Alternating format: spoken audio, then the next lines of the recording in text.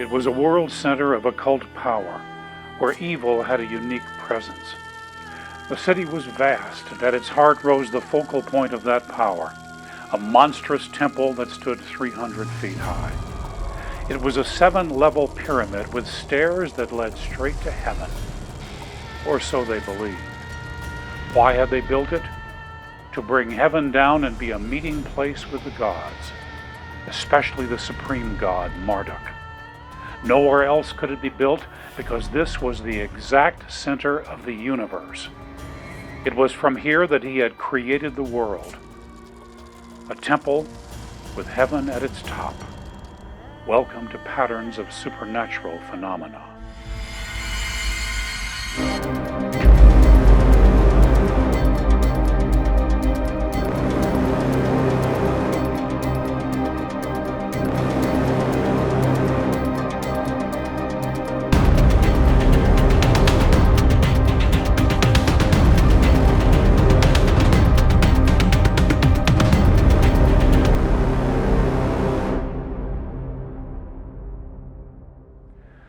The people who built the giant ziggurat of Babylon knew that their gods would come down in physical forms.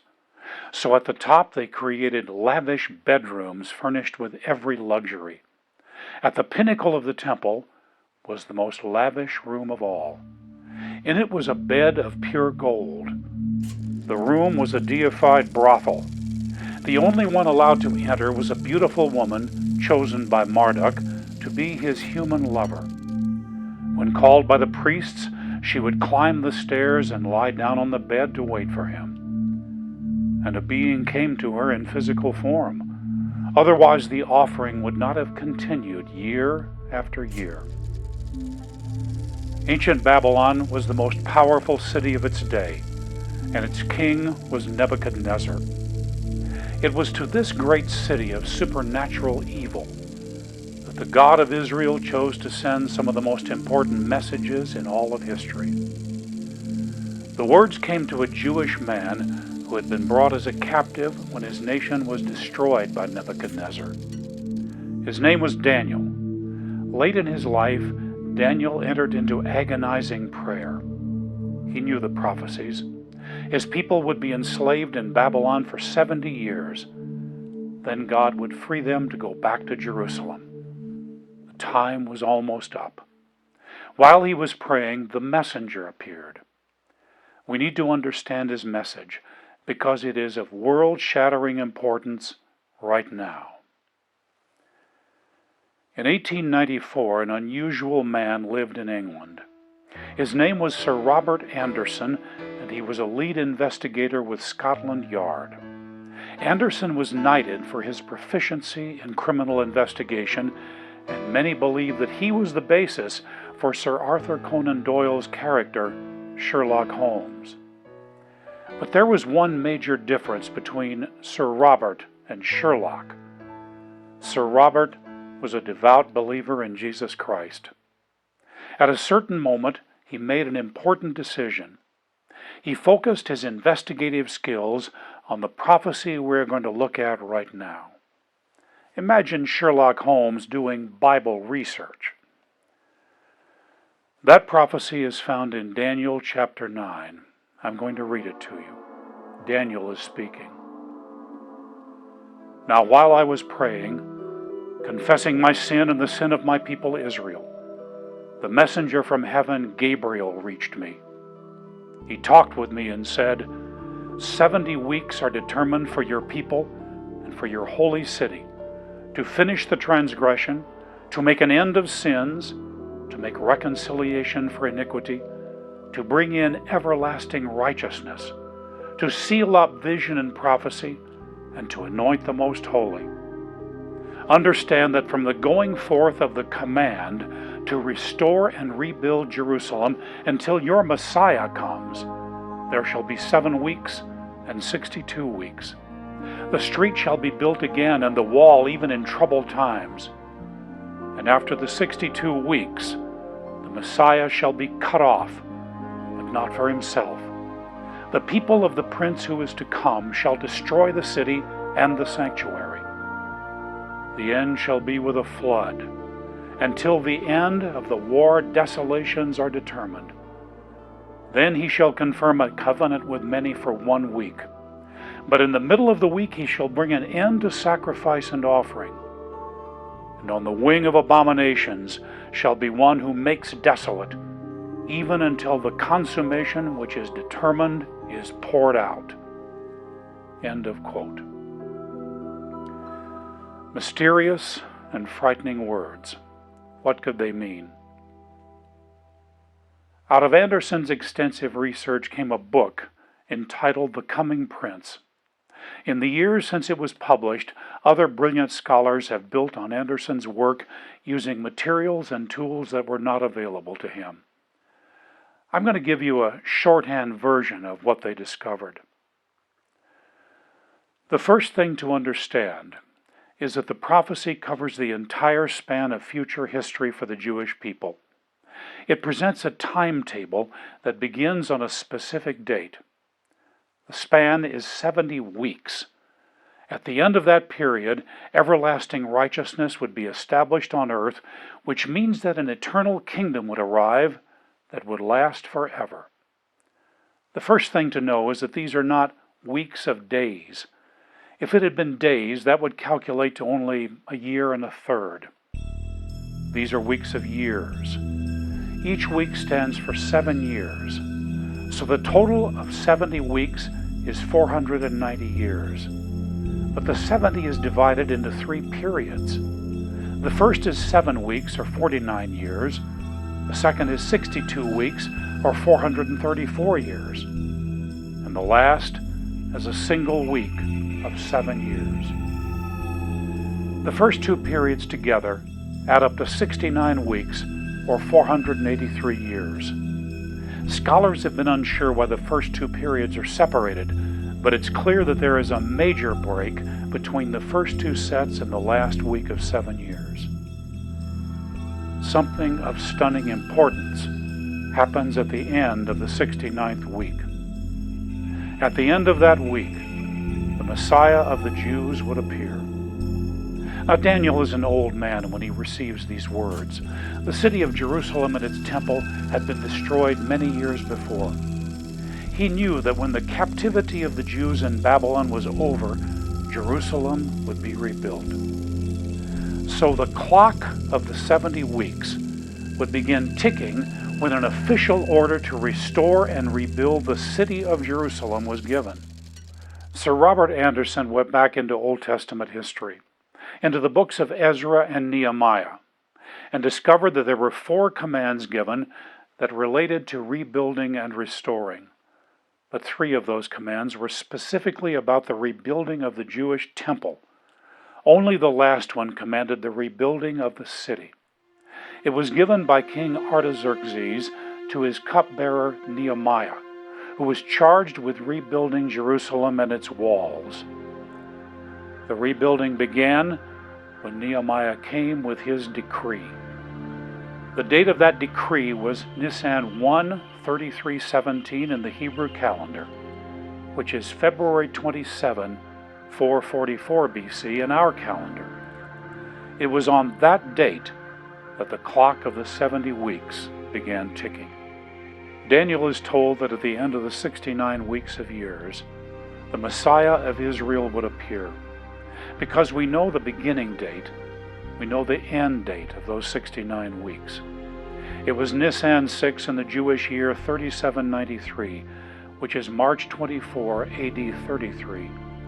1 week before many scholars believe Jesus Christ made his triumphal entry into Jerusalem. Jesus never allowed himself to be proclaimed king until the day he rode into the city. But the prophecy continues.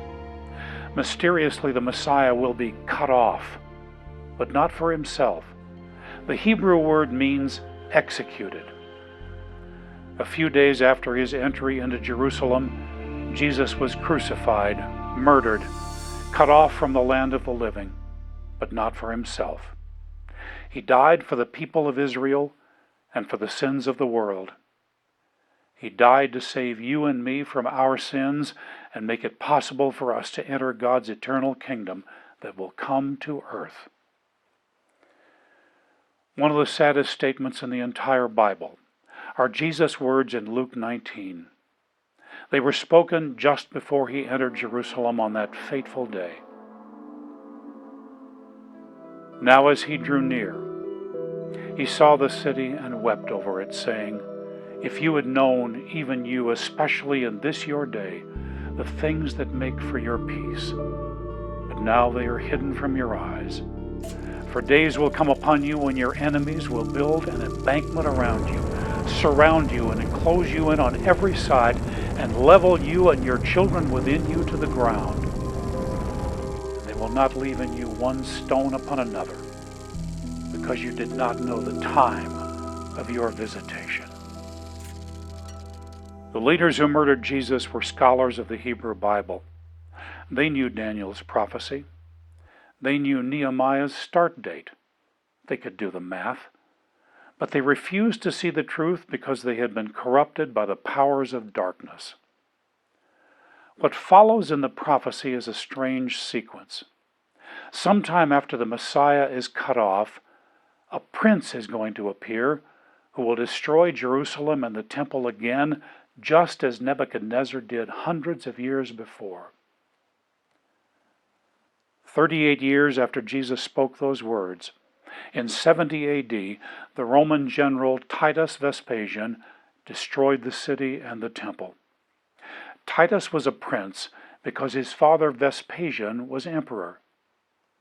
During the long siege of Jerusalem, Jewish historian Josephus tells us that 1.1 million people died and rivers of blood ran through the streets. But then there is an odd transition in Daniel's prophecy. The end shall be with a flood, and until the end there will be desolations. He, whoever that is, shall confirm a covenant with many for a week or 7 years. In the middle of those years, this prince will bring an end to sacrifice and offering. But how could this be possible? The temple and the city have been destroyed. Yet during this 7-year period, sacrifices and offerings are taking place in a Jerusalem temple. At some point, the temple will be rebuilt. A time jump has taken place. The prince who destroyed the city in 70 AD is not the same one who will make a covenant with many for 7 years. Titus Vespasian never made such a covenant. This prophecy is for the Jewish people, so the many who make a covenant with the new prince are Jews. However, in the middle of the 7-year covenant, he will break the agreement and do abominable things that will bring desolation. The sad history of the Jewish people over the past 1900 years has been well documented. Over all that time, there has been a desolating war against them. They have been hated, hunted, and slaughtered. This war has ebbed and flowed, growing more hellish at certain times, but it has never stopped. The time clock of Daniel's prophecy stopped at the end of the 69th week when their Messiah entered Jerusalem, was rejected, and crucified. The last week of the prophecy, the last 7 years, has yet to begin. An evil leader with vast power is coming to rule. The New Testament calls him the Antichrist, literally the anti-Messiah. The last 7 years of Daniel's prophecy are called the Great Tribulation because of all the horror that is going to come upon the earth. And the Jewish people are going to be at the center of that suffering. But the God of Israel is going to save them because he has never stopped loving them. And finally they will discover who Yeshua, Jesus, really is. About that coming moment, the Old Testament prophet Zechariah wrote these words: "And I will pour on the house of David and on the inhabitants of Jerusalem the spirit of grace and supplication. Then they will look on me whom they pierced. Yes, they will mourn for him as one mourns for his only son, and grieve for him as one grieves for a firstborn." Zechariah 12:10. Needless to say, the entire book of Daniel has been viciously attacked in an attempt to discredit its prophecy. People have claimed that it wasn't really written by Daniel. Why? Because they don't want to believe that anyone could be shown the future. But clearly it was written long before the time of Jesus, and clearly the Nehemiah date was known, which establishes the entire 69-week span. So their arguments are ridiculous. I want to take you to one last passage in Daniel. It's in chapter 7. In this chapter is the vision of a heavenly court. Daniel writes, "I watched till thrones were put in place, and the Ancient of Days was seated. His garment was white as snow, and the hair of his head was like pure wool. His throne was a fiery flame, its wheels a burning fire. A fiery stream issued and came forth from before him. 1,000 thousands ministered to him. 10,000 times 10,000 stood before him. The court was seated, and the books were opened. As Daniel watched, ultimate judgment was passed on the leaders of great evil that had brought terrible agony on the earth." Then Daniel continues, "I was watching in the night visions, and behold, one like the Son of Man coming with the clouds of heaven. He came to the Ancient of Days, and they brought him near before him. Then to him was given dominion and glory and a kingdom, that all peoples, nations, and languages should serve him. His dominion is an everlasting dominion, which shall not pass away, and his kingdom the one which shall not be destroyed." End of quote. Over and over, what did Jesus call himself? The Son of Man. Where does this leave us? Facing death and life. When will the 70th week begin? I do not know. But with what has been happening in the world, I don't believe it is far off. Time is running out, my friend. The Old Testament prophet Isaiah, who died in the 7th century BC, wrote these words found in Isaiah 53. "Who has believed our report? And to whom has the arm of the Lord been revealed? For he shall grow up before him as a tender plant, and as a root out of dry ground. He has no form or comeliness, and when we see him, there is no beauty that we should desire him. He is despised and rejected by men, a man of sorrows and acquainted with grief, and we hid, as it were, our faces from him. He was despised, and we did not esteem him. Surely he has borne our griefs and carried our sorrows. Yet we esteemed him stricken, smitten by God, and afflicted. But he was wounded for our transgressions. He was bruised for our iniquities. The chastisement for our peace was upon him, and by his stripes we are healed. All we like sheep have gone astray. We have turned every one to his own way, and the Lord has laid on him the iniquity of us all. He was oppressed, and he was afflicted, yet he opened not his mouth. He was led as a lamb to the slaughter, and as a sheep before its shearers is silent, so he opened not his mouth. He was taken from prison and from judgment, and who will declare his generation? For he was cut off from the land of the living. For the transgressions of my people he was stricken, and they made his grave with the wicked, but with the rich at his death, because he had done no violence, nor was any deceit in his mouth. Yet it pleased the Lord to bruise him. He has put him to grief. When you make his soul an offering for sin, he shall see his seed. He shall prolong his days, and the pleasure of the Lord shall prosper in his hand. He shall see the labor of his soul and be satisfied. By his knowledge my righteous servant shall justify many, for he shall bear their iniquities.